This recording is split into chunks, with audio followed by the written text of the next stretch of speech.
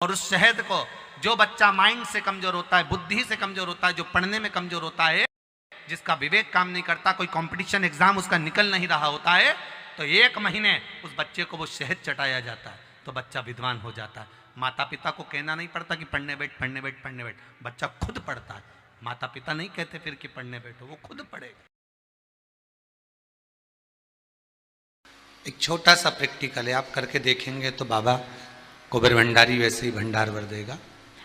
कोई कार्य के लिए आप जा रहे हैं और वो कार्य अटक रहा है, नहीं हो रहा, बहुत प्रयास कर लिया आपने, बहुत दिन से लगे हुए कि यह काम होना ही चाहिए, नहीं हो रहा। एक कटोरी में गंगा का जल निकाल लीजिए और कटोरी में गंगा का जल निकाल कर तुम्हारे घर में एक सिक्का पड़ा हो, 1 रुपया 2 रुपया 5 रुपया, कोई सा भी एक सिक्का पड़ा हो, कुंदकेश्वर महादेव का नाम लेकर, जहां परिंडा होता है, पानी का मटका होता है, पितरों का स्थान होता है,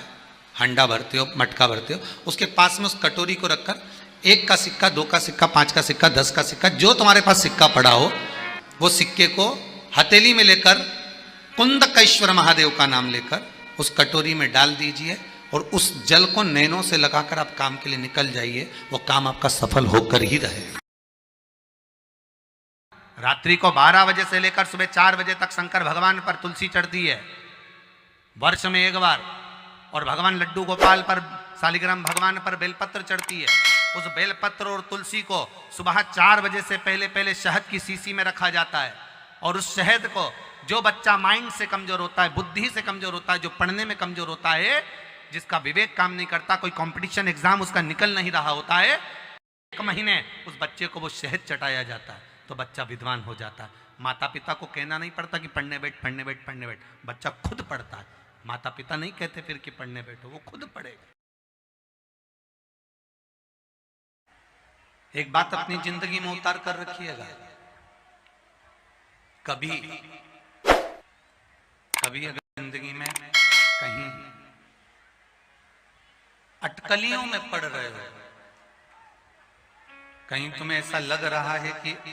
मैं बहुत अटकलियों से निकल रहा हूं,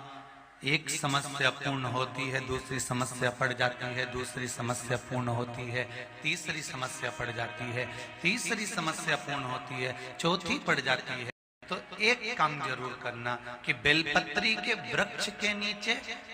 बेलपत्री की जड़ में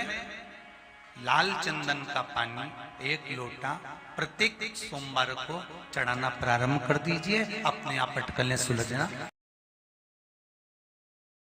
फिर कहूंगा, अगर दिल में कोई बात है और आपकी वो कामना पूरी नहीं हो रही, बहुत प्रयास कर लिया आपने, कामना सिद्ध नहीं हो रही, 1 लोटा जल, एक जल का पात्र लीजिए, उस जल के पात्र को लेकर उसमें थोड़ा सा लाल चंदन डालकर